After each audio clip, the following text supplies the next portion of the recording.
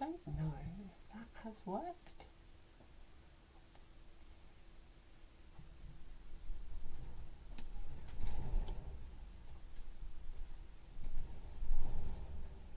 It's been a hot minute since we've gone live, so and my house shatters and people walk around.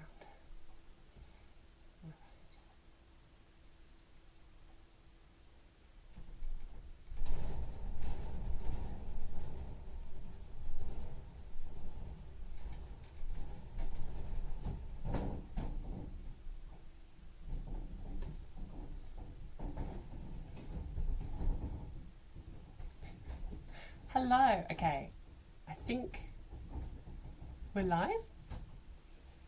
Let me pop up that chat.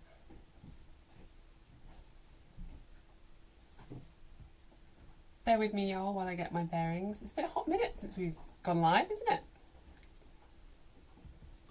Can you all hear me okay? Let's get that going. Oh, no. Here we go. Okay, we have a chat. Hey, context wrench. Hello, hello. Okay, I think we are live. I'm not used to being live. Ooh, do I look okay? Okay, for the sake of the algorithm, let's talk about what we're doing first and foremost. Today, we're going to continue the discussion of the left. We're going to analyse the potential elements of misogyny on the left, kind of springboarding off of the recent ContraPointers video that I did. If you haven't seen it, please do check it out after this live stream, but you don't have to have watched it to join in on this. So we're going to have a little bit of a leftist YouTube discussion, and then at the end I'm going to do a Q&A to celebrate my 10,000 subscriber milestone on YouTube, which I will talk about later on as well, and go into how that's actually quite good for a YouTube channel. So stick around for the Q&A at the end. It probably won't be a very long live stream. Hopefully it'll be a good live stream. It won't be that long, not like my old 2-3 hour stuff. So we'll keep it short and sweet, and we'll keep it succinct. But for now, let's welcome people coming into the chat. It's been a hot minute, so I'm not quite sure who's coming in or who I'm expecting. Let me try and open this. Hello, everyone. Hey, welcome, everyone. Oh my gosh. Okay, people are coming in. How do I get this? I'm feeling my age since the last time we streamed, because I'm just like old and I can't do anything. Right, what am I doing with this? I don't quite know how to... Okay, yeah. Okay, how are we doing? Is the hair okay? I rushed the makeup this morning. Ugh. How's the lighting? How is everything? Do we look good? We're kind of rocking it for a 20-minute start time. Hello, everyone. Can you hear me okay? Can everyone hear me well? Are you eating well? Are you breathing well? How is the lighting? Do I look okay? Lighting-wise? I don't want to look like Erica Kirk with this sharp eyeliner and harsh lighting. We don't want to give anyone a jump scare. Are we good? Can everyone hear me? Let me know in the chat if you can hear me. What's that? I've got a little plus sign. What does this mean? Oh, okay, I can do a little poll. Hello. Do a little poll. Should we do a little poll? Should we set a goal though? Okay, we're going to set a goal just for this. We're going to do, let's be ambitious. Hello, baby, thank you. Oh, jump on camera, just wave on camera. In old school Matriarchetype live stream, we have Giga Chad hubby bringing the coffee. Thank you so much, babe. Love you. Love. Have a good day today. If it's a live stream, Matriarchetype live stream, it has to have a coffee. Yes, grab a bevy if you've got one. What were we doing? Right, let's set a 20 super chat goal and 500 chats count.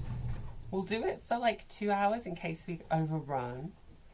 And how will we celebrate? We will consider, notice the word consider, more live streams. Okay. I've never done a goal before. Everything's changed. Okay, so I'm going to go straight into it because I want the live stream to be still like watchable after. And so I will chat to the lovely chatters. Towards the end half, we'll do like a Q&A, so get your questions ready. Send them by super chat if you can, or just type them out and I'll look for them, but you're more likely to get them seen by super chat because it will keep them. But I'll try and see. I've got my chat really big here. So let's open the floor. We're going to kind of do like a post video live stream breakdown, because I have got a lot to discuss actually. As many of you may have seen, I recently did a video about the kind of recent ContraPoint situation. She's been kind of instigating a bit of a Twitter war with Hassan Piker, kind of like taking a few jibes at the left. And in the video we covered the critique of that. And the critique is very fair. ContraPoint has a lot of centrist kind of takes. So whilst we were considering the critique of that, I did notice quite a lot of content that was quite misogynistic. Audrey's here. Hi, Audrey. I did notice a lot of critique that leaned on kind of like just misogynist.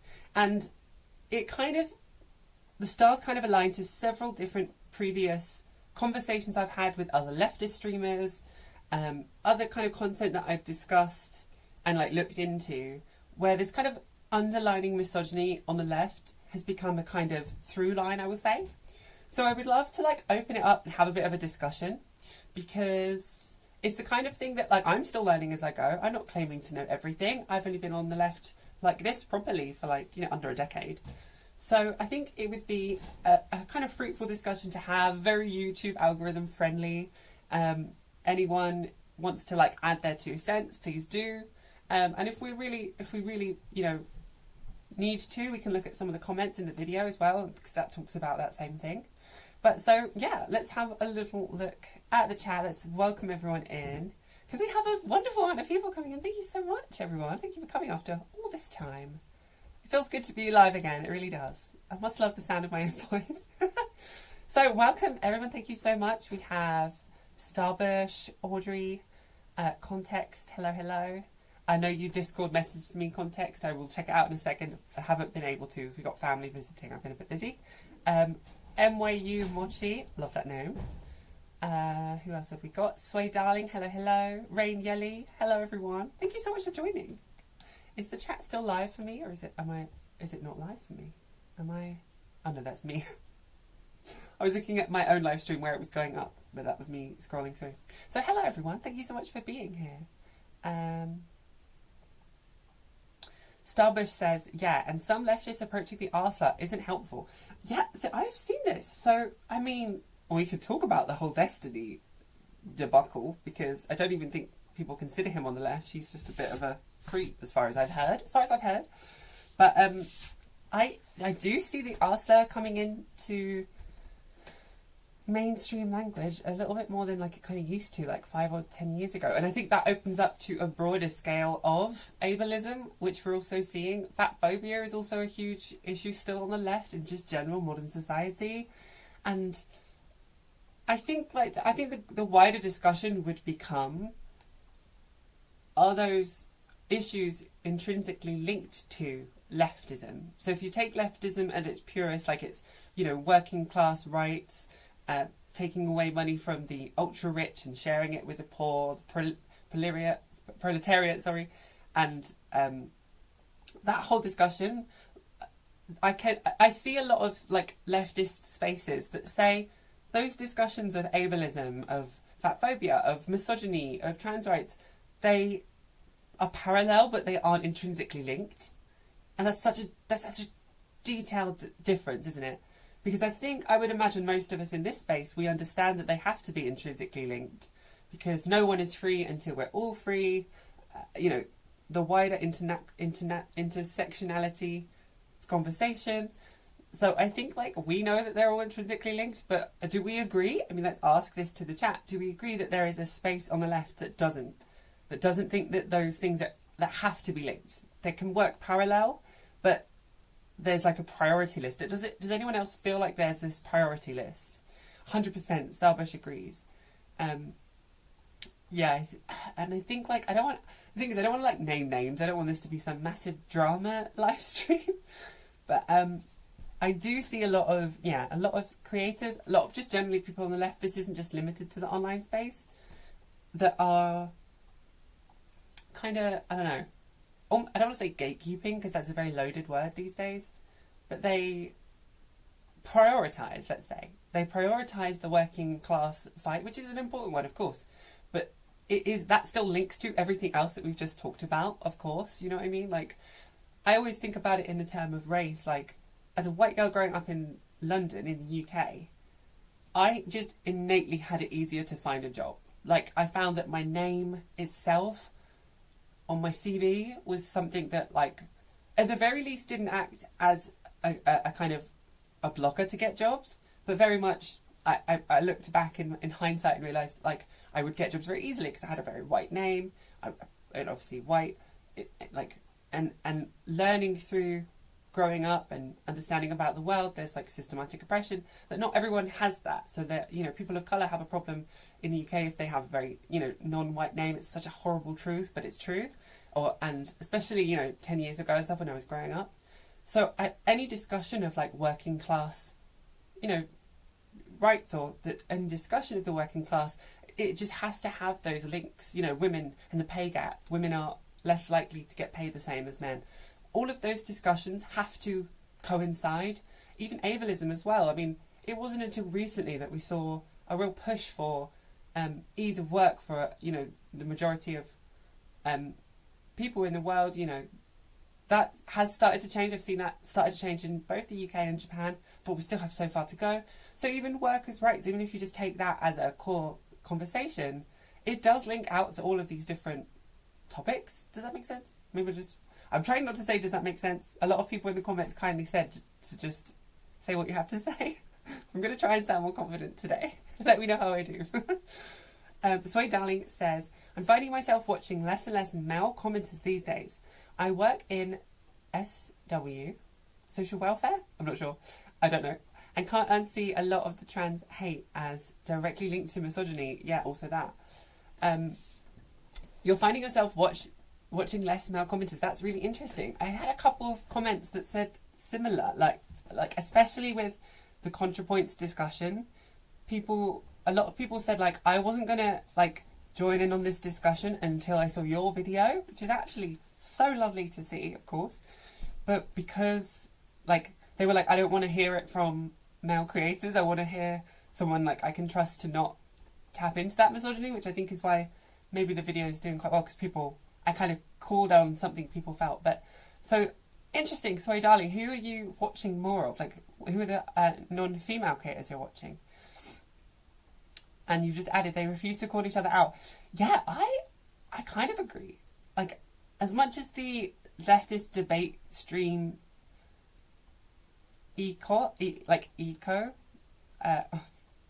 ecosystem can be alluring and enticing, I don't think debating adds really much at all. I remember specifically with the when after October 7th, I found myself so frustrated just watching a bunch of predominantly white cis men discussing the problem in quotes and using really vague language, and like it aggravated me to be like, it's a privilege to be able to just sit here and discuss this, like things are happening.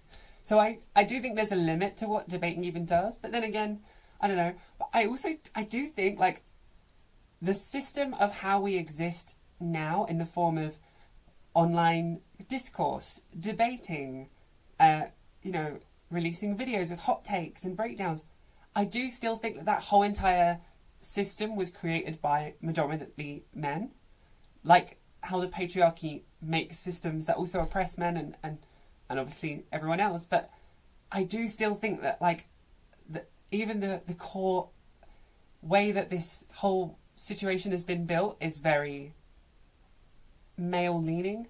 It's been created by men so men can thrive. Does that make sense? And it feels like as a woman in the space that embraces her femininity quite a lot and doesn't shy from that, I feel like I have to almost play ball in the men's space. Does that make sense? Like I started my YouTube channel responding to Ben Shapiro and Jordan Peterson because that's like what everyone did. But then I found I actually really liked making videos that complemented other creators I liked. But people tell me like that's not good for the algorithm. People don't want to see positivity. And I'm like, is that just the ecosystem that has been created on the left? Like, I don't know, maybe we can challenge that. Does that make sense? Already losing my voice. It's been 11 minutes. That's good. Rambling a bit there, but let me know if anything makes sense. Like anyone agrees. Rain Yelly says 100%. Some don't understand how everything is linked. Yet in that intersectionality level, English not my second language.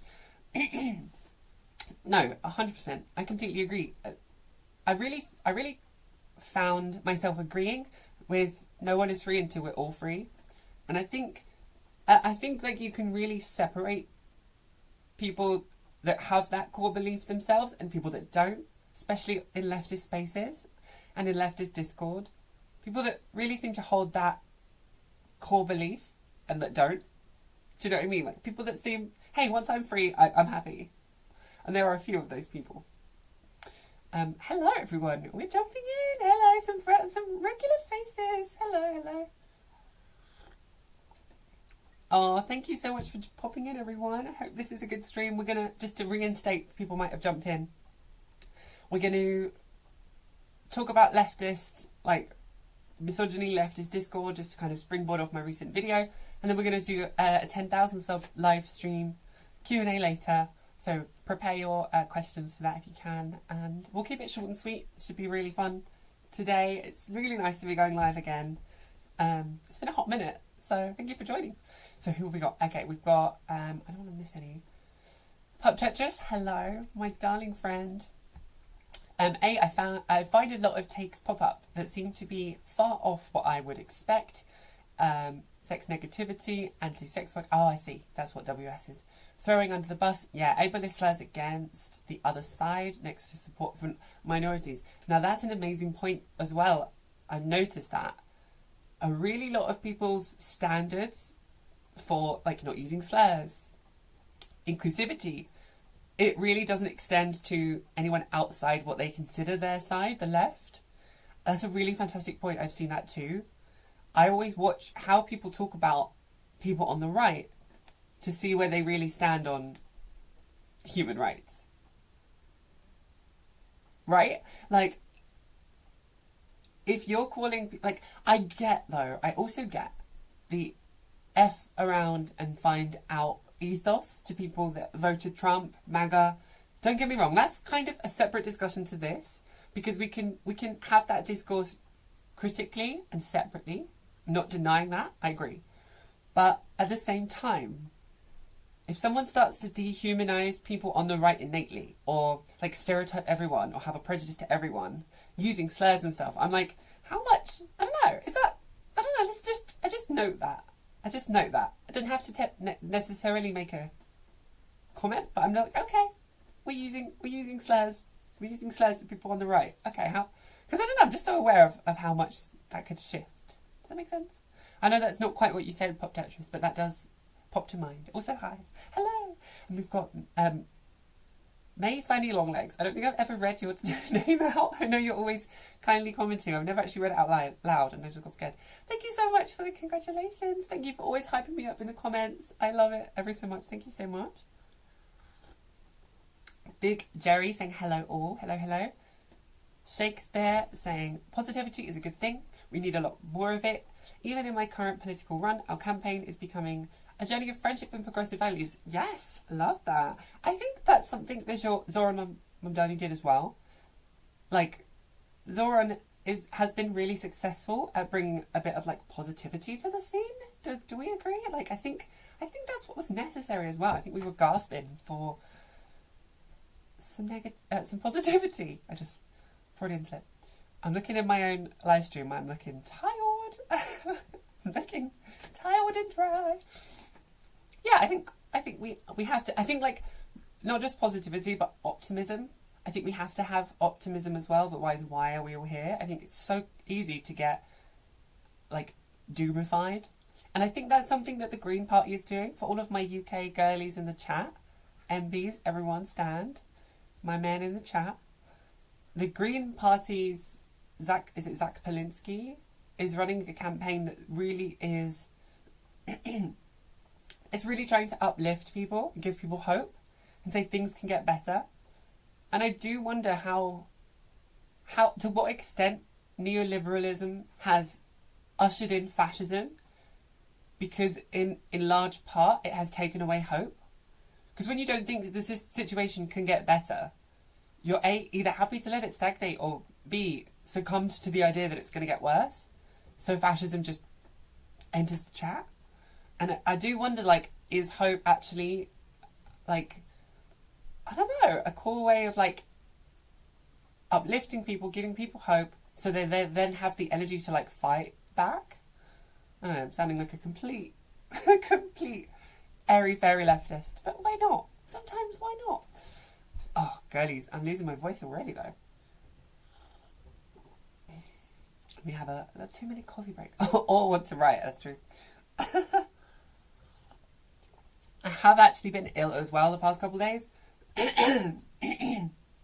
So this isn't just me talking for 20 minutes. Y'all know I can do that. Y'all know I can talk for 20 minutes. No, I have been ill though. I've been really ill. I just about was starting to get ill when I started the ContraPoints video. That's why I kind of came out a bit spicier than normal. And then I was ill really badly for like 3 days. I don't want to miss anyone. I don't want to miss a thing. Starbush says, yeah, the manosphere can unfortunately seep into left-leaning spaces, and I've learned over the years. 100%. Okay, I'm kind of like springing off comments and kind of saying things that are not quite connected to the comment, and forgive me for that. I'm just kind of spitballing here. But I know a certain soul bunny is working on a video, and I've been slightly interacting with it and involved. And a lot of the, like, I don't know. Let me choose my wording so carefully. I'm very aware. I'm not distrustworthy. I'm not distrusting. I'm not like, innately not a fan of. But I'm very aware of people that come 100% from the like far right, flip fully to like left.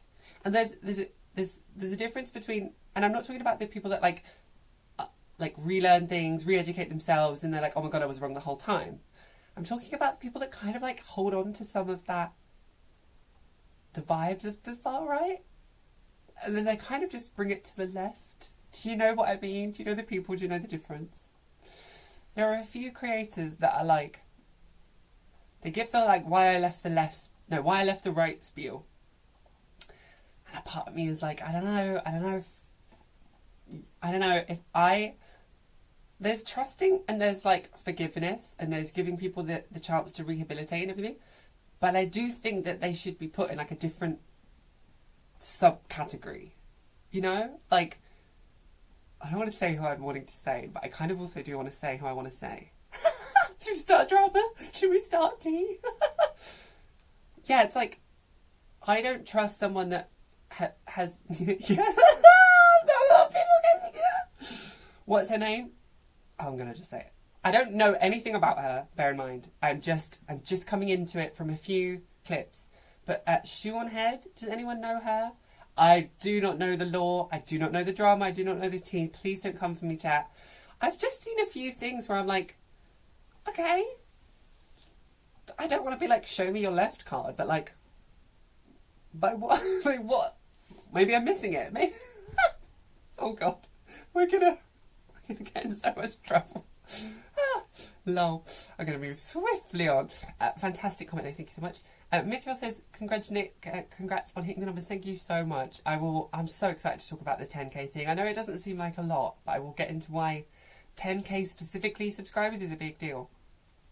Oh, girl, we're going to avoid that conversation because I'm going to get myself in trouble. Starbush says, I need more optimism in my life. Completely agree. I think we do. I mean, we also have to maintain optimism against reality of like, it's still very bad for a lot of people. And it's so hard to balance it, isn't it? I don't think the human brain is designed to deal with such paradox, because on one side we are seeing the world go through some crazy stuff, and at the same time we have to maintain positivity to fight it. But that positivity feels almost icky. It feels almost like we shouldn't have it. And I think it's that juxtaposition that leads the left to be where it is. It's so so much infighting, there's so much discourse, there's so much time and energy spent on that, whereas the right only has to join the cult. It only has to drink the Kool-Aid and maintain the, okay, well, whatever Trump does, I want it. I'm MAGA. Whatever daddy says, spank me, daddy. Like, that's the only thing they have to do. Whereas on the left, we have to be critical and be like, okay, well, this is bad. I don't like this. We agree this is bad. But we have to be positive to interact this. But you're saying this is okay when I'm saying this is bad. And I think this is bad. Like, do you know what I mean? We get very easily mixed up. But I think that's the point of the left. I don't think it should be any other way. I don't want to be smooth-brained, right-wing conspiracy theory. Just accepting the double standards and the hypocrisy. It could never be me on the right. I could never say, well, I don't trust these people because they're all PDF files, and then Trump comes out to be one and they're like, well, he's fine. Really. It's 16 young. Like, I couldn't do it. I couldn't live to that hypocrisy. I think I am that style of, or self-diagnosed autism, if you know what I'm saying. Anyway, I'm going to get myself in so much trouble. I'm really used to being able to edit what I say. It's been such a long time since I've live streamed. And it shows. Okay, I don't want to miss any chats. I'm just going to jump up. Pop Tetra says, for me it adds that layers... Oh, we've already said this one. Have we? No. For me it adds that layer of perpetuating stereotypes alongside the evil that able-bodied minded people can't do evil. Only people with something medically wrong do, which then turns into policy. Yes, talking again very rightly about ableism.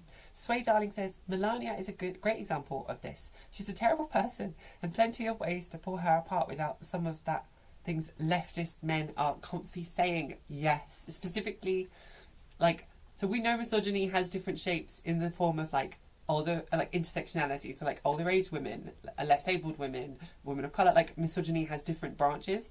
Like, I'm very aware of how leftist creators on the side, usually male expressing, like change their dialogue depending on that type of the woman. And it's just that innate idea of like, the idea that we're all equal is so far away from that, even on the left. Like, that embedded, like, egalitarian mindset is sometimes really missing. Where are we in the chat?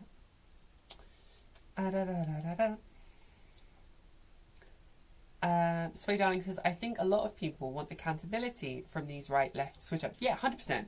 100%. And I wouldn't be surprised if the opposite is true. If I just do like Anna Kasparian tomorrow, like, the problem is maybe the right doesn't need that, actually. I take that back. Maybe the right just needs you to just say the words. That's why. But we should have far more accountability. And I'm not saying by any stretch that we should like shun these people. We actually should have a system to welcome them in. But also like their own different pipeline, if you know what I mean. Like, educate them in a different way. Like, not like purity testing. I know it's a bit of a buzzword. But like, there should be a kind of like, cool, we're so glad that you're like starting to think like us. Like, let's learn more, let's have a discussion.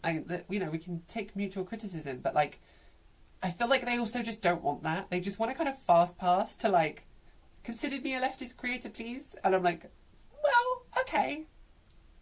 Can you take criticism though?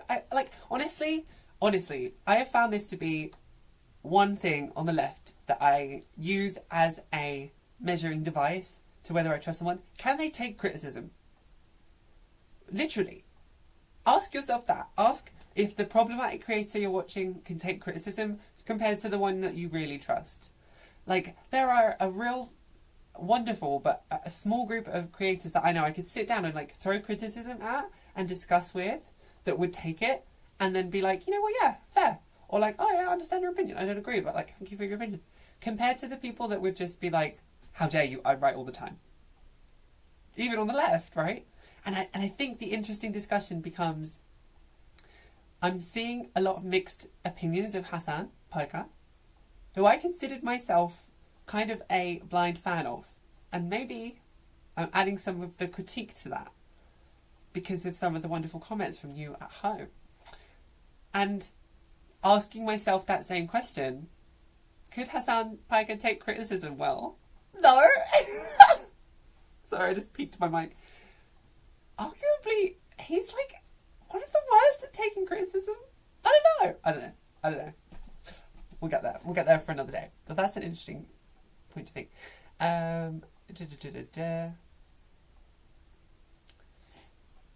Okay, yeah, some comments on Sean Head.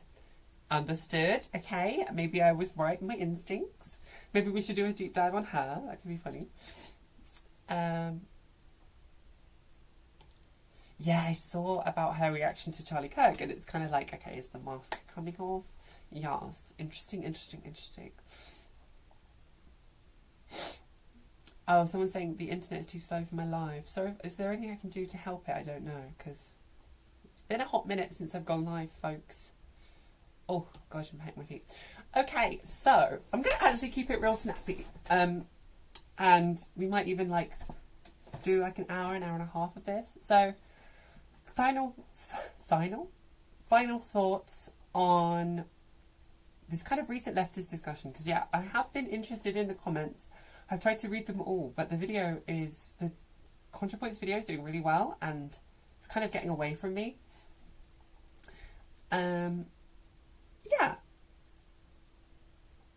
Leftist spaces, I feel like the veil is being lifted to how kind of subtly, and sometimes not subtly, it can be quite ableist and misogynist. And so what do we do about that? I don't know. What do we do? I could do a deep dive on this. I could really kind of open up the conversation. I remember absolutely ages ago, when I was a little baby, didn't know much about the world on the left, I did a kind of sit down chat, like, you know, a leftist creator chat. I think it was one of the first ones I did with John the Duncan. Love John the Duncan. He is my absolute non-problematic fave. Like, he's an example of someone that really seems to live by his values. So intelligent. Blew me away with so much, like, intelligence. I had no idea what half of you were saying.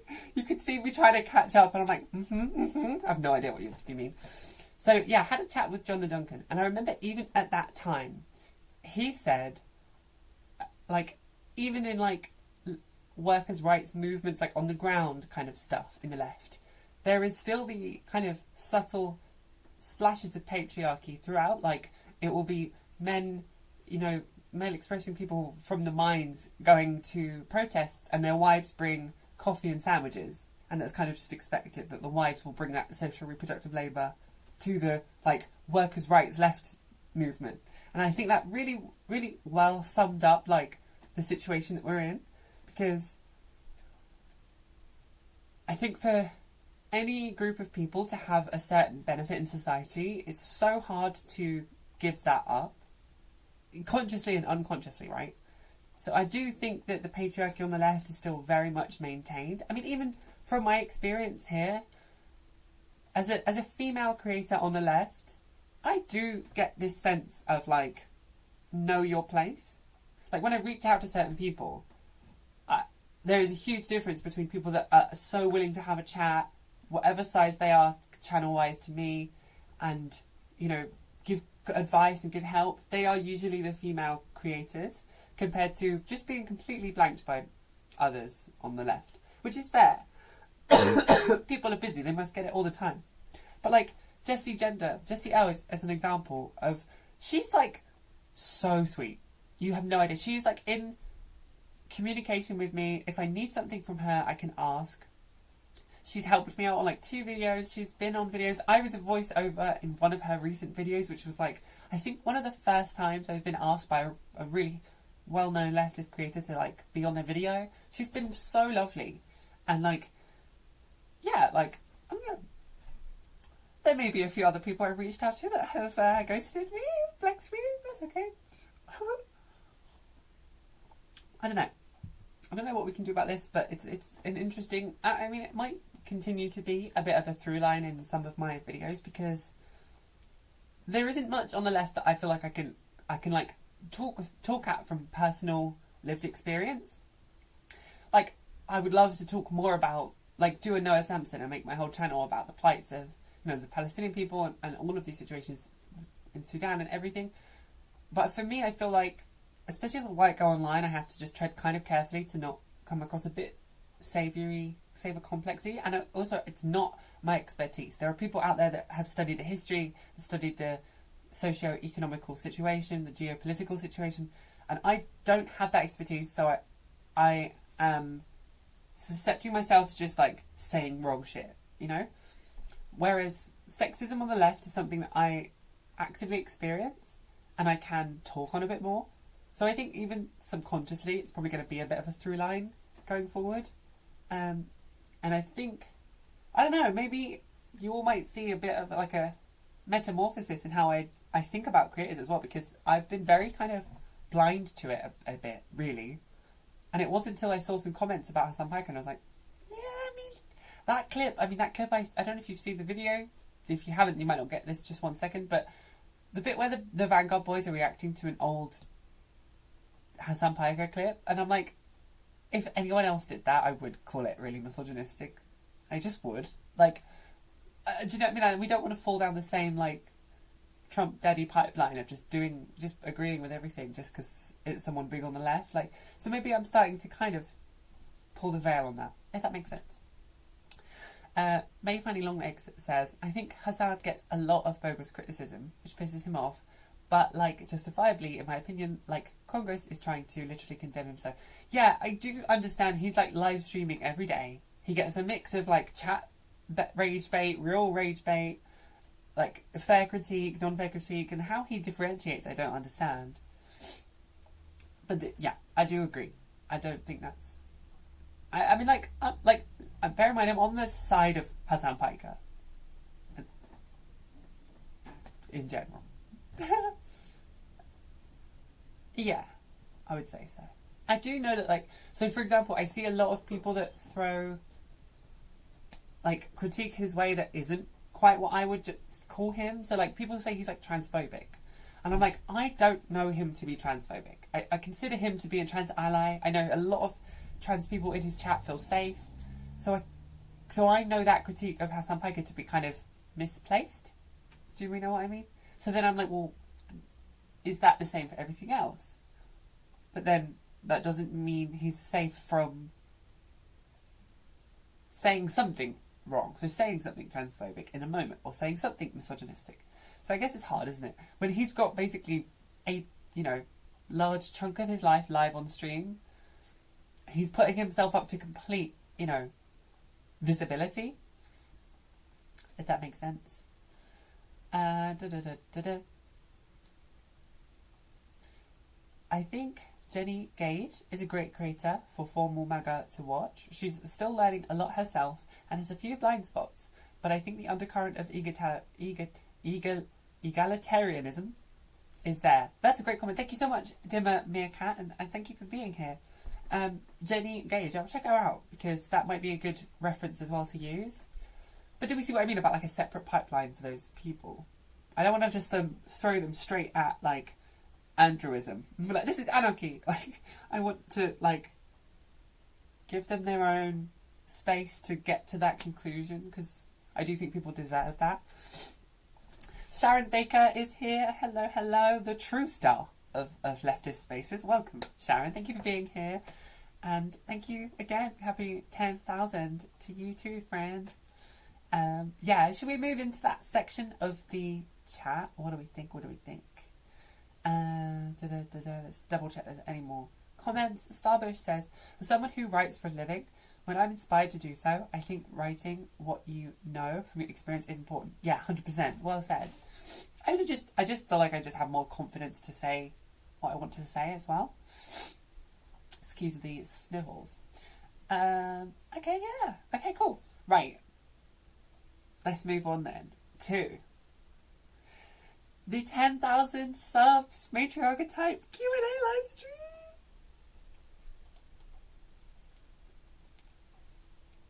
That was my little... Oh, did you hear that bone click? That was my little congratulations dance. Okay, so thank you so much, everyone. Let me get my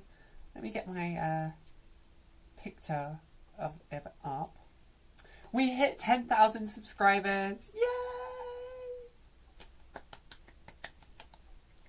So, okay, I'm so happy. Okay. Any Q&As you have, feel free to drop a live chat a super chat if you want to support the channel. You could join as a member and you can watch the rest of the JK Rowling series. I've got to work on a couple more episodes, but it's mostly up and ready for you. Ugh. Guzzling the coffee now. But yeah, so we made it to 10k. I'm so happy. I'm so happy, and let me tell you why. Okay, so many of you know I started this channel, I think about, what was it, like 3 years ago? It really started to pick up at least 3 years ago, like 3.5 years ago. I was living in the UK with my lovely husband, Giga Chad Hubby, as you know him to be. He's also like not a Chad at all. He's such a nerd, but we call him Giga Chad Hubby. And when I started it out, you know, like you have big dreams and you're like, I'm gonna be a YouTuber. I'm gonna be a YouTuber, mummy.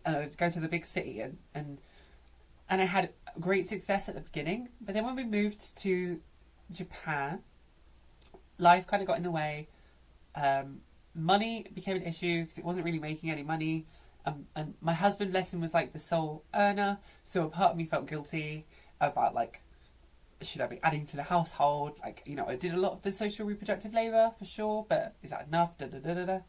So then I kind of went through my like, okay, maybe I need to focus on other things.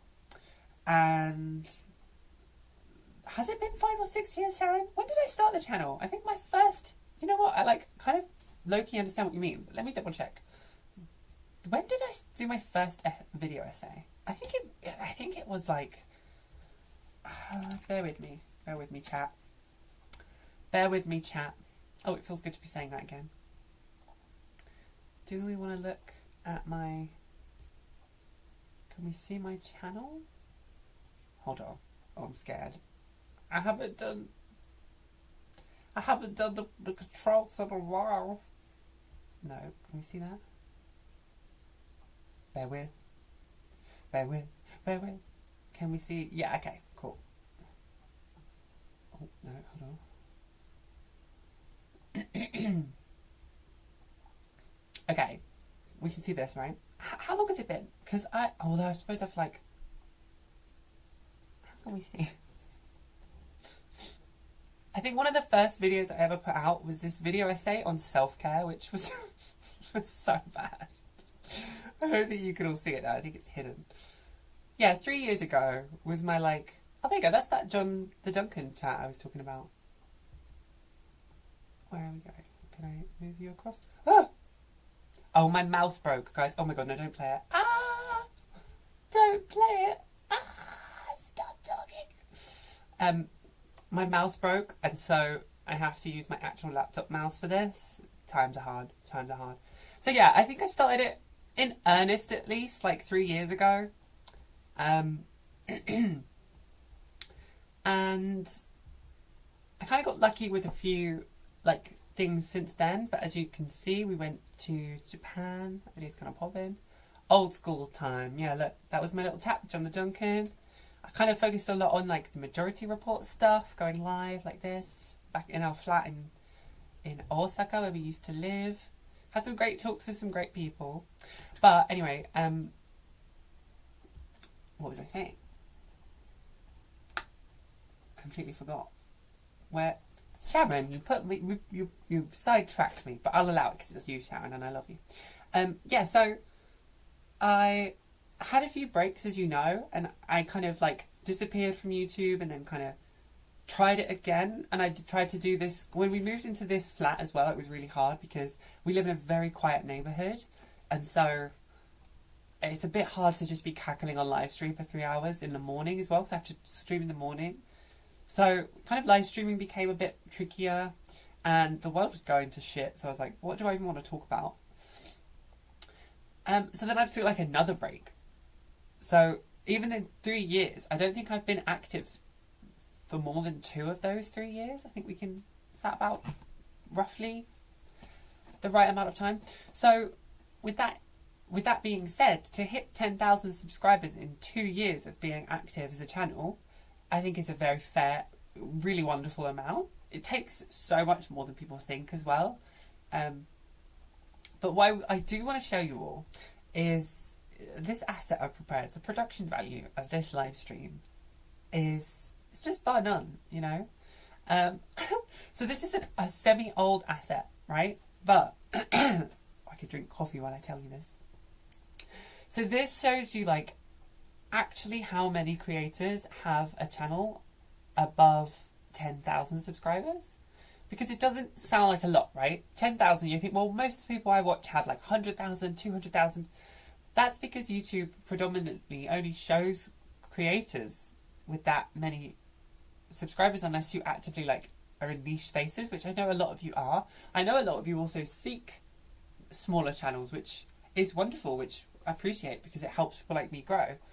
But when you hit the 10,000 mark, I don't know if we can see.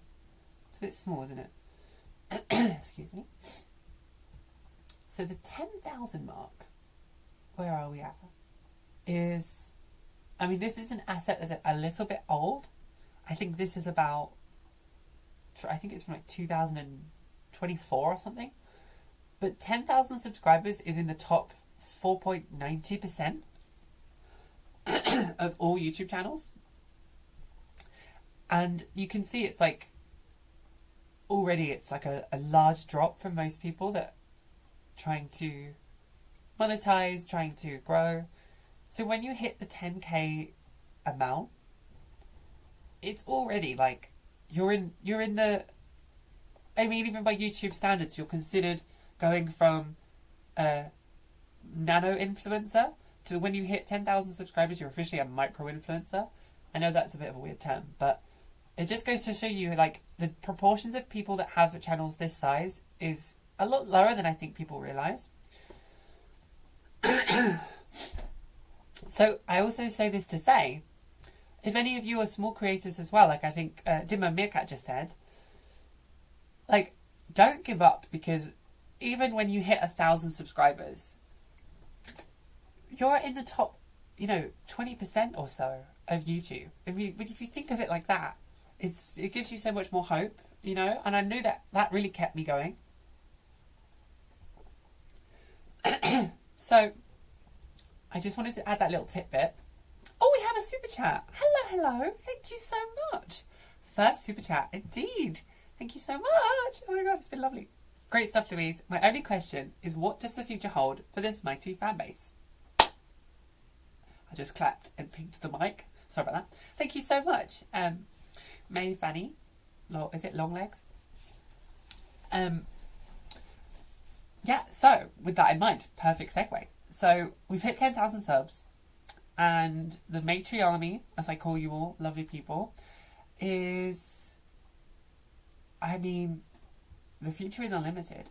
In terms of where I want to go content-wise, I'm really enjoying what I'm doing at the moment and where I am, in the sense of, for any of you that don't know my kind of style or my like process, I would say, is I will work on like a bigger form of not an essay, like a video in the background. So the examples being like my Alexis Blake deep dive, my Brendan Lee Mulligan video, the J.K. Rowling series that is ongoing at the moment. I've split into episodes. I work on those like in big chunks, and I will do like, it takes like a month to like watch everything, put everything together, film everything, edit it. And then in between that, because the algorithm still likes to be fed, I will do like a bit more short-term commentary. So my ContraPoints video was just a short-term commentary thing, So I like that setup for me. I think it works really well, because I do love to delve into like a deep dive and do something with a bit more meat on the bone. But I also do benefit from and enjoy commenting on live stream, like live happening stuff. I've got a lot to say. I talk a lot. So for the future of this mighty fan base, well, for the future of the channel, it will be that. So for the fan base, I don't know. What would you guys want to see? Do you miss me going live like this? Is that something you would like? And if so, does this time zone suit? I mean, imagine if you're all here now. Maybe we do a kind of weekly live stream. We keep it kind of short, a little hour. We call it the, powwow chat hour. I don't know. I have also been dabbling with the idea of one day starting a bit more of a weekly podcast model. So, you know, like Leftist Mafia vibes, where we just get, you know, a couple of creators that kind of assemble on a call, we all go live and we just kind of talk about the week. I love that format. I think it's very humanizing, and it's very, there's so much stuff happening at the moment that I don't think a commentary video a week is enough, to be honest. I have to actively pick things that I'm going to talk about because the world is going to shit so quickly. So maybe some kind of weekly podcast with some people, if you have any creators that you'd like to see. Obviously I'll reach out, I can't guarantee anything. People's schedules are their thing. I think it's incredible how the Leftist Mafia managed to get together once a week. So like, maybe that. People are saying they missed the Discord. Yeah, the Discord was an amazing time. People are saying they missed the lives. Oh, bless you. Sharon's offering to help as well. I need all the help I can get. I mean, honestly, it really is a one-woman mission, as well as the wonderful people that help with, that have helped in the past with like the Discord and the live stream mods and stuff. But at the moment, I'm a bit of a one-woman show, so any help I would appreciate, Sharon. I know you help so many wonderful creators. How is Khadija and Mo? Do you still talk to them? Like, I miss seeing them on YouTube. So then maybe the lives. Mithril is in the UK, so the time doesn't suit much, occasional insomnia aside. So yeah, again, that was another issue with going live. I want to like interact with my UK audience as well, and going live in Japan, like, so it's like in the morning at the moment. It's like 9 a.m. here, and so I struggle to find a time that I'm awake and the US and the UK are both awake without me getting up at like 6 a.m. like I used to. But I can't really do that here because it's too early. My neighbourhood is too quiet. They would hear me just waffling on. So the time is really the tricky one. Let me sit on that. You would finish a podcast, lol. I volunteered too. Thank you, Context Rent. Yeah, I mean, Finn would be an amazing, like that kind of vibe. Imagine like if they're interested, Finn, like maybe Soul Bunny as well, if she wants to. Like a few people like that in the space. I know everyone is so busy, but I think the Leftist Mafia thing is also is a good example of online community. And I feel like me just talking on my own as a creator out there can feel like kind of throwing things in the void, you know? By the way, gang, feel free to just send your questions as well. This is kind of an open Q&A. So anything you want to know, please do reach out and I will ask. Thank you again for the super chat, May Fanny. I really appreciate you. Thank you so much. It's the first super chat in a long time, and you get to celebrate that was you. Thank you very much. I really appreciate you. Sharon's asking, where is Moif? I know! I still catch up with Moif sometimes in the comments. Maybe she's abed as well. I know she's in the UK, isn't she? Or in Europe at least. I love the little community. I missed the little live stream community we had. It was cute, wasn't it? Starbush is saying, I'd love seeing more collabs. Yeah, I loved my collab era. What I was thinking of as well was kind of reapproaching the same creators, like John the Junkin, like all of those chats we had, and kind of like have them again now that time has gone by. We've all changed a bit and grown up. I know I have, especially. And I don't know, like Denmark, that was it with Moif, sorry. Like going back through who we've already talked to. I don't know, I just found that to be kind of an interesting idea. Talk about our takes and see if anything materialised and came to be the same way. Who else? Question. RE Home Improvements. How are the plumbing electrical updates going? Fantastic question. So, for any of you that don't know, my husband and I bought one of these like rundown empty houses in Japan. We live in the suburbs. Well, we live in the countryside. We live in very rural Japan. An hour away from the biggest city by fast train as well. So, okay, updates. We have family staying. We have my husband's brother my brother-in-law, staying at the moment, and we wanted to give him some, like, his own space. He's here for like 3 weeks. So we renovated a room upstairs. It's a little bit rougher than it should be, but we bought like some secondhand bed stuff. We really had to do it on a budget. And we had the electrics like checked for upstairs in this side of the house. So we kind of made a lot of progress with up there. I wonder if I can find a photo. Let me see if I can find it on my phone. So he is there, and then, but the plumbing situation is still kind of rough. Still kind of rough. I think I would give people a fright if I showed them our living situation, because we live in rural Japan, so it's a return to humbler means, let's say.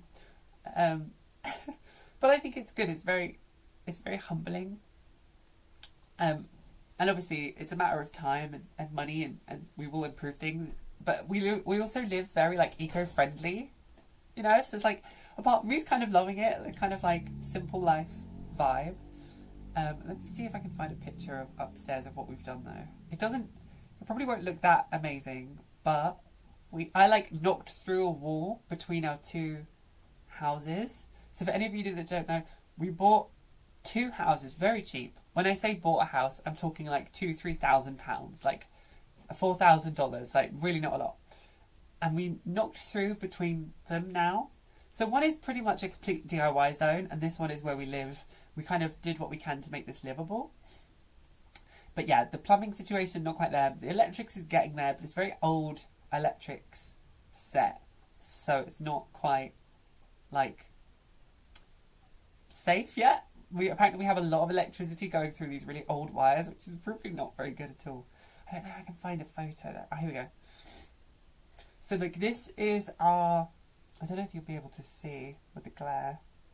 So this is our like upstairs, and that shiny white bit is like the doors. They're like old fashioned shoji doors that I like repapered. I know it's a bit of a terrible photo, I'm sorry, I didn't have that ready, but great question, thank you so much. So, but the renovation is taking years, but we will get there eventually. Mithril says, question, I've been watching a bit about the satanic panic of the late 80s, early 90s, and have been comparing it to the trans panic of the last few years. Yes, great comparison. Have you considered a video about the two? Wonderful question. I know there are a couple people that have talked about this. I think, was it Matt Bernstein on the Fruity podcast talked about this? Who else was it? Maybe the Leftist Cooks, I'm not sure. There's definitely been a couple video essays I've seen about this very, quite rightly, good conversation to have. It could be a possible deep dive, 100%. If I were to cover it as well, I think it would also be, because now we're starting to see the word like transgenocide happening, sorry, trigger warning, in the US there's a lot of legislation that's starting to kind of justify that language, and I know the UK is not far behind. In Japan as well, like there are a few really insidious laws, like you can't have children if you're transgender and stuff like that, which I know falls into some category of this kind of conversation. So maybe that could be a subject, a category of the wider framing, like transgenocide discussion, and kind of going into the historical context could be that the satanic panic situation. Yeah, 100%. Especially when we have all of these religious people in office in the US making policy, that the satanic panic comes into light, because it's like, if they genuinely think that Satan exists and demons control people and there's good and evil, and they're making policy that affects millions of people's lives, like, it is important to know that context. I don't think everyone does. Who else was saying? 懐かしい。何が懐かしい? Do you want me to 日本語喋れるの? 日本語で話して。何が懐かしい? Someone speaking Japanese in the chat. Let me know what you find nostalgic. Lip Shrimp Vivo says, I am British, trans, and have been learning Japanese for 8 years. Okay, wow. So I was really excited to find a creator with so much overlap. Consider as overlapped. There's, I mean, obviously, actually, question about the fandom. However much you want me to incorporate my Japanese language, living in Japan, Japanese culture, like, I absolutely can. Like, I feel like I've kind of separated that from this channel because it's a bit too niche, isn't it? It's a bit too niche. But absolutely, to, like, we could do anything. We could do, like, teach you Japanese beginner level if people want to learn it from beginners, or like talk about Japanese politics and Japanese trans life a bit more. Let me know. It's a bit of a different, like, niche to what I cover, but it's not impossible. And how is your Japanese studying going? Lil Shrimp Vivo, how is it going? Are you happy with your progress? Any questions, let me know.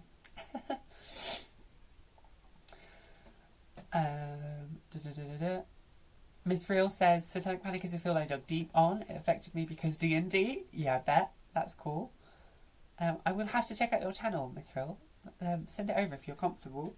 Matt Bernstein is doing great work. Yeah, Matt Bernstein has become the role model, for sure. We have a basement that's been unfinished since the early 2000s, Starbush. Yeah, literally. Like, I think because we made this element of the house livable, it's so easy to now not, like, feel such urgency. And, like, many of you know, we don't have much money at all. We live on predominantly my husband's English teaching income. Teaching English in Japan is a very poorly paid job. So we are overreaching with our ambitions. So we really are. So the progress is slow, people. The progress is slow. Lil Shrimp Vivo says, I am too scared to even think about moving, at least right now, but I think I'd love to one day. Maybe when I'm old and retired, assuming humanity lasts that long.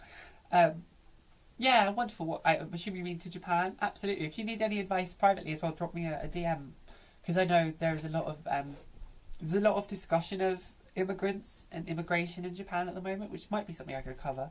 But hopefully by then that all also calms down as well. I would love that. For my sake as well as yours. I know a few other people have reached out about wanting to move to Japan. And mostly to escape the US, like primarily like we did from the UK. I'm very lucky to have been able to do that. Right, let me have a sip of my coffee. Oh wow, Magnetic Tuatara, I'm going to say. I hope that's pronounced right, my darling. Says, I did 2 years of Japanese in high school, 15 years ago now. Wonderful. Your high school had like a syllabus for it? That's really wonderful. I remember my school didn't have Japanese as a subject, but I really wanted to learn it. So I was allowed to like take the exams privately, but like through the school. But I just was self-taught with my Japanese when I was like 16. So I had like a private tutor who I would go to her house every week. She was adorable. She was this little old lady living in England, and she would like just like give me a bunch of stuff to learn, and I'd like check my last week's stuff, and I just did it all on my own in the school, and it was the only grade I got, like which was the highest mark, because I just loved it so much. I think Japanese is such a hard language that it's very all-encompassing, but that can be in such a wonderful way. Like, I think learning Japanese became 90% of my character, of my personality, which was a blessing, because I think you need to be that, or it helps to be that intense to become like mega fluent. You don't have to do that, obviously, but so let it just overwhelm you, just let it embrace you. And like, there's so much TV you can watch, Japanese dramas. I was really into Japanese music, which helped. I'm a little bit of a Japanese boy band fangirl from my past. But yeah, good luck to you. I mean, if anyone learning it, it's a lovely language. It's just generally a beautiful language to learn. But it's a bit never-ending. Okay, question. Ari, coffee and food. What's exciting you lately? Oh, thank you for the questions. Thank you for feeding me questions. I appreciate you. The more questions there are, the longer the live stream goes. So keep them coming. Coffee. Okay. Coffee, we're still coffeeing it up very much. I've been trying to like just calm it down with the coffee a bit. I think like 10 cups a day is a little bit not good. A little bit yabai for the Japanese speakers out there. Food wise, as I say, we've got family coming at the moment, so they're kind of in charge of what we eat, so we're like making sure they're happy, and it's making me very aware that I'm very much the kind of person to have a food fixation, that I just kind of make what I like and make loads of it and just sit and eat that for ages, because we have someone as a guest that we're like, oh, we're going to eat something different every day. Okay. Crazy girl.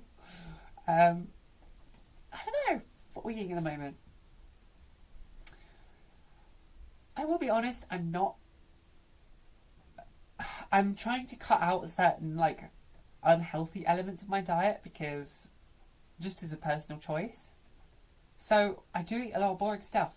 I will say, I do eat a lot of boring stuff. A lot of rice, vegetables, protein.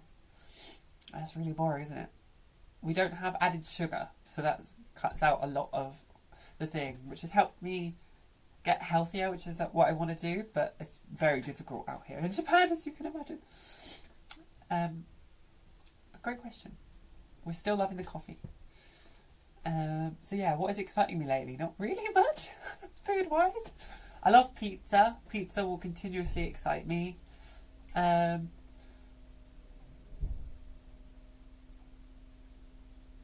That's it, really. Sorry, that's the most boring answer ever, isn't it? Why? Oh, I'm so sorry. Let me do better. What are we saying?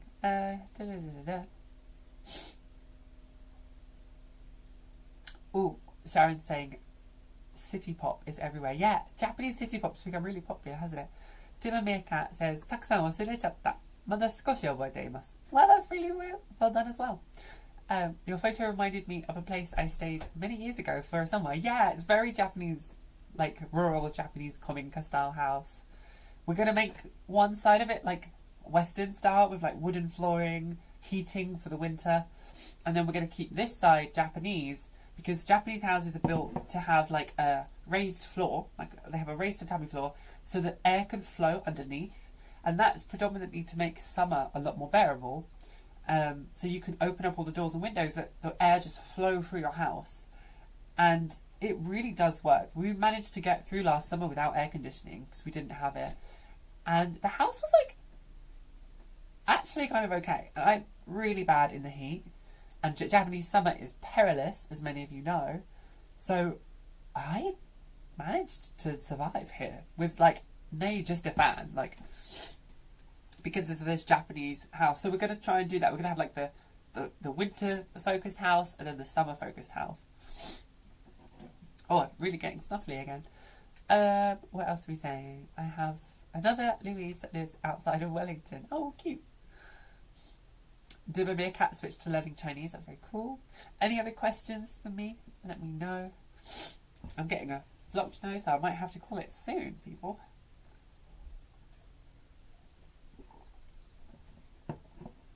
I think we're going to call it soon. So, right, last call for any questions. Thank you so much for the super chat. Is it May Fanny Longlegs? I'm trying to remember your name. Thank you again. Yeah, I have hay fever. I've just gone over a cold. So just to let you know as well, so my upcoming content, we're gonna do more dropout content. Drop in the chat if you came out from the Brennan Lee Mulligan video. That did so surprisingly well. It's now one of like I think it's like my third best video randomly. And that was like a really fun little quick video I put together. Check out that if you haven't. If you come from the Brennan Lee Mulligan video, I'm going to definitely do more dropout content. I want to talk about trans representation at Dropout, the LGBTQI plus representation in their cast, which I think is fantastic. I might do another series that like I've done with the J.K. Rowling series, where I've looked at her transphobia every year. I would love to do like all of the cast of the Dropout cast, and like all the different colours of the rainbow, all the different representations. I think that might be a really fun series, but that will take a long time, as you can imagine.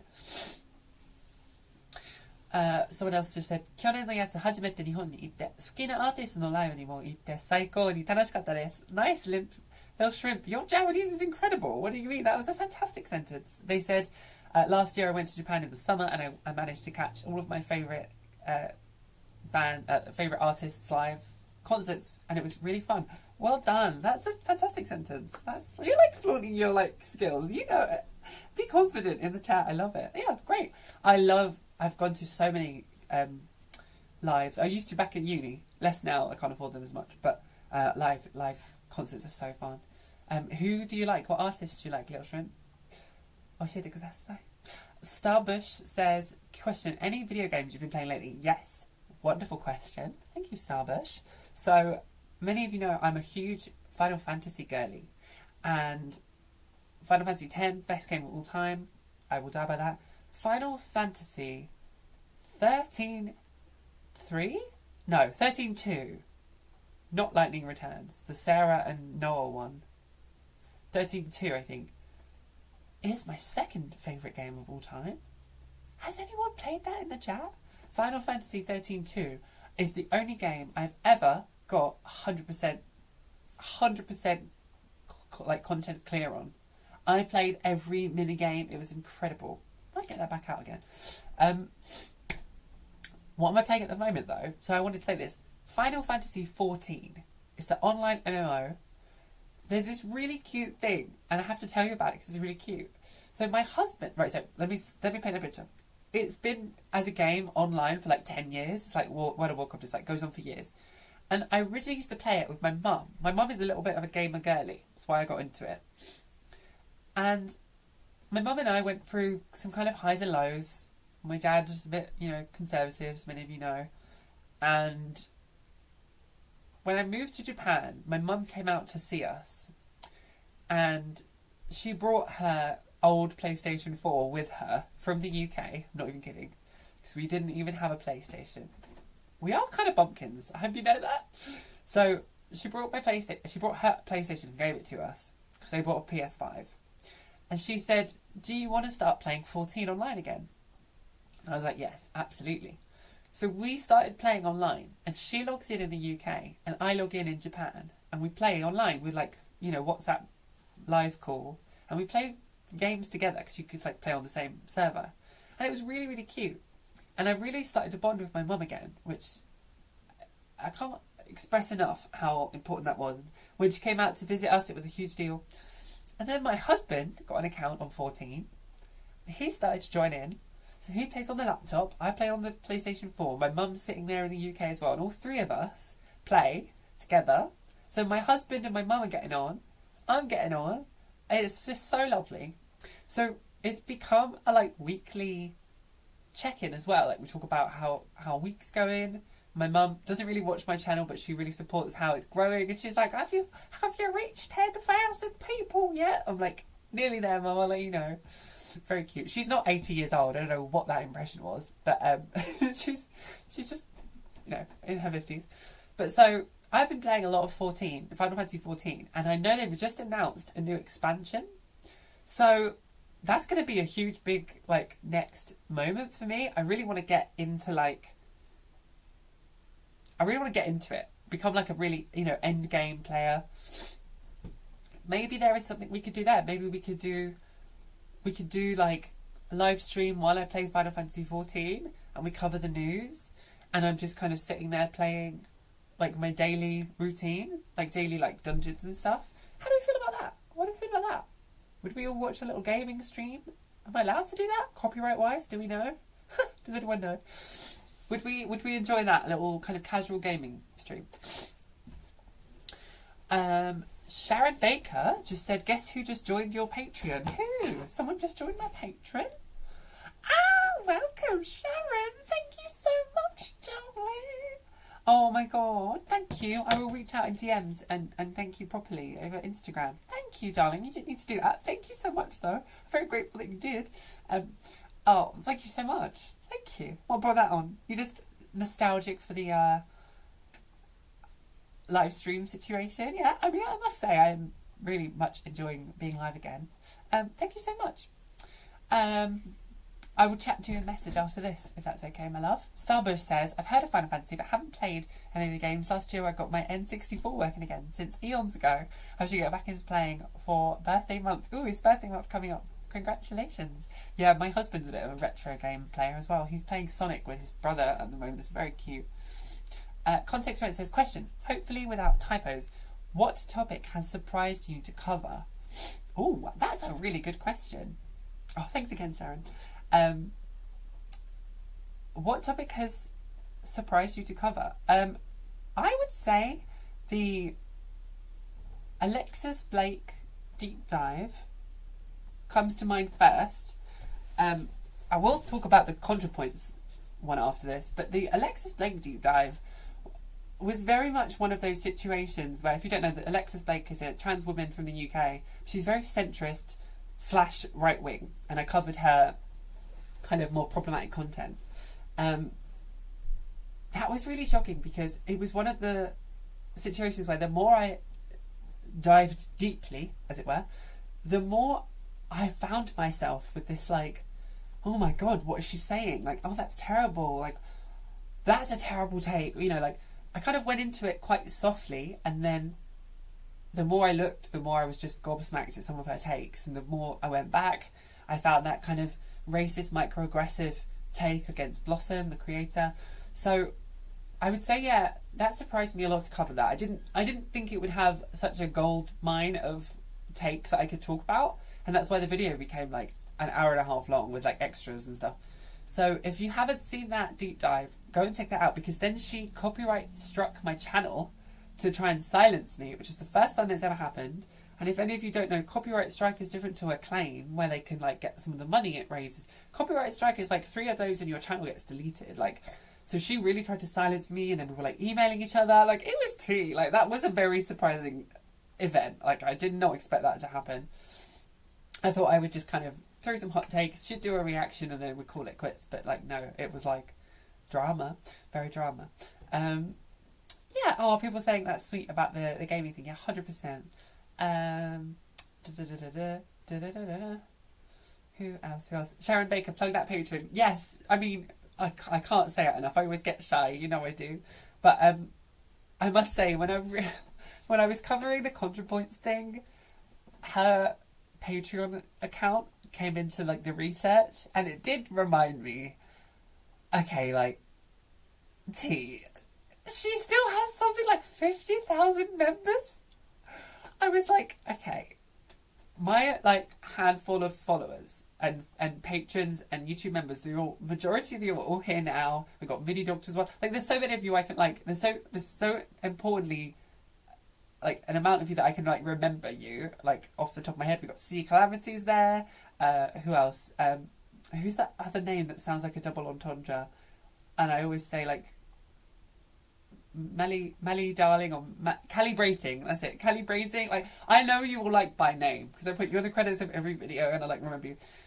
You all mean the absolute world to me. Moif as well. Like, there are some of you that have stuck with me from the absolute beginning. Since I hit my first 1,000 subscribers, you've been members and patrons. You've been fans. You've been commenting.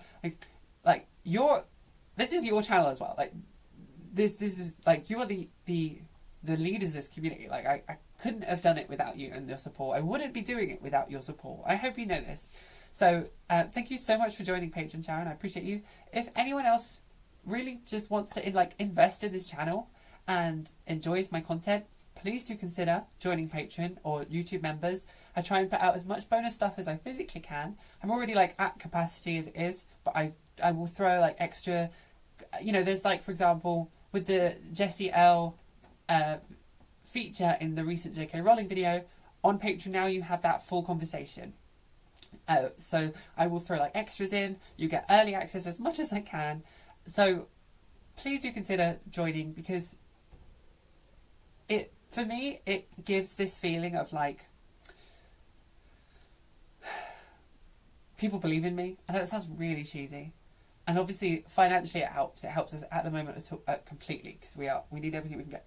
But members in any form, subscribers as well, it just makes me feel like, okay, there's a future in this, you know? So anyway, please do join if you can. Thank you to all of you that have stayed with me this whole time as well. I really do appreciate you. Double check there are any other questions. But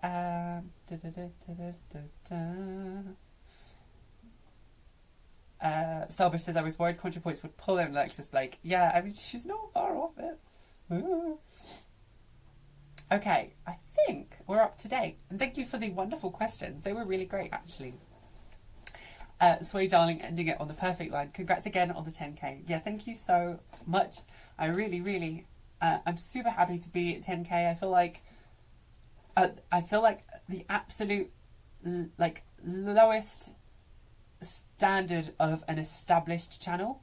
Does that make sense? Like, I feel like obviously everyone before 10K are still established channels, but you will be considered a small creator. I think that's fair to say. Like, still, the views you can get and the growth you can get is still very important. And the work, I think the work of all small creators outweighs the work of all of the big ones. But I think, like, from 10K, I feel like even from other creators, like, I'll get treated a bit more seriously. People will actually probably start replying to my messages. Like, I feel like it gets even in the YouTube's algorithm and system as well, you get treated with a bit more like you're established. Like, I got a pop-up today on my dashboard from YouTube saying achievement unlocked, like, your channel is being looked at, and I think, like, if YouTube has set that up on their back end to ping that to me, that must mean that YouTube considers it a milestone, you know? So thank you for getting me there. I couldn't do it literally without all of you. I think we just have Minty doing, yes! Okay, now the crew is fully here. Minty and Valerie, the lovely Italian. Okay, the whole crew are back. Yes! Hi, Minty. Thank you for finding me. You'll catch the end, but I will keep it going for you too. Lovely, lovely. This is what I mean. You're like the core members of the chat. Thank you so much for joining. Minty, love you so much. Was just chatting about my wonderful members and stuff, and you have arrived. It's like I summoned you. It's like I summoned you from the abyss. Who else? And yeah, we got Valerie, the lovely deadly Italian. I think you're still set as a mod, which is great.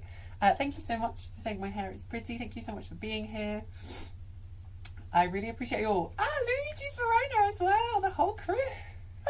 We just need MIDI doctors now, and then that will be the whole group. Thank you so much for joining the tail end. We were just literally ending on a Q&A. If you have any quick questions, I would love to answer them. But you know where to reach me. But I'll keep it going just for 10 more minutes, just while you get in and get settled. Please do watch the beginning of this stream. I think you'll enjoy it. It's so nice to see everyone. And all of the new faces as well, like Starbush, it's lovely to see you. Oh, it seems like you all know each other. Oh my gosh. Moif, please pick up the beige curtsy phone. Yeah, I hope Moif, and if MIDI Doctors is still, I love how MIDI Doctors is still a fan. I really appreciate him. Oh, it's so nice to be online again. Oh, bless you, Luigi Morona. Yeah, any questions? I will endeavour to answer them. But yeah, so upcoming content, we're going to do some more dropout stuff. I am thinking of doing a Hassan Piker video. And I have no idea how big that will be or what that will be about. I just can't help but, with all of the stuff that happened recently with the ContraPoint stuff, I just kind of want to. That might take a long time though. What do we think? Minty, are you going to do any new travelling content? I will be honest, like, we don't travel as much because times are hard and we're busy. Oh, okay. I'll just read that in a second. So yeah, maybe not so much the travel content, because we also live so rurally, and I don't really want to give away my location. But like, we live in a very lovely area. But is that what you enjoyed? Yeah, maybe we can talk about some stuff. Starbush69 says, I'm kind of an old face, but I did change my name, so it's understandable. Now you've perked my curiosity. I think I might need to know who you are. Can you tell me? Can you give me a chance to guess? And if I guess correctly, you let me know. How does that sound? And see if I've been paying attention or not. Valerie, the lovely, deadly Italian, says there's a lot of things to choose from. Yeah, 100%. About the Hassan thing, I imagine. Just be read for all his haters to be extra weird in the comments. See, this is the thing. He's very polarizing, which I understand. But like the thing about this whole like we need a Joe Rogan of the left. First of all, no, we don't. Joe Rogan's a piece of shit. But also like, I think whatever form the Joe Rogan of the left that we would need is, Hassan Piker already is. Does that make sense? Like he is what it would be. That kind of like Chandler. Is it Chandler? Think of a character from Friends. Is it Chandler? Did I get it right? Oh, it must be. Or maybe Phoebe. There was a Phoebe, wasn't there? Let me know, Starbush. I think I know it's you. I think it might be you. Yeah, Hassan would be a lot of research. Also, like, Hassan would be a lot of a backlog to sit and watch through. That, like, I don't actually think that would be humanly possible. You know? Valerie says, and you could talk about how these lies they're spreading about Hassan often take 5 minutes to spread and 50 minutes to dismantle. Yeah, exactly. Like the dog buzzy thing. Like I don't know about dog buzz situation, and like I'd have to like learn about it, look into it, talk to a veterinarian. Like there would be so much to debunk that, and especially I don't know that myself. Starbush says, guess right. First guess was right. Oh, thank you for being here. We got the original cute crew. I love it. But yeah, so the Hassan Piker, if it does happen, it might be, again, like pinpointing it on a conversation that I can talk about, like misogyny or trans rights, or like, you know, a complete deep dive of every single trans related take that Hassan has had. Like with that scope, I could maybe manage it. Or like, you know, is Hassan Piker a misogynist? Just boom, that title, and we dive into it. I think that would be doable in the scope of achievable. It's still be so much work, but you know, doable. Does that make sense? Oh, very cute. Oh, I really love that we had a few more all stars popping in.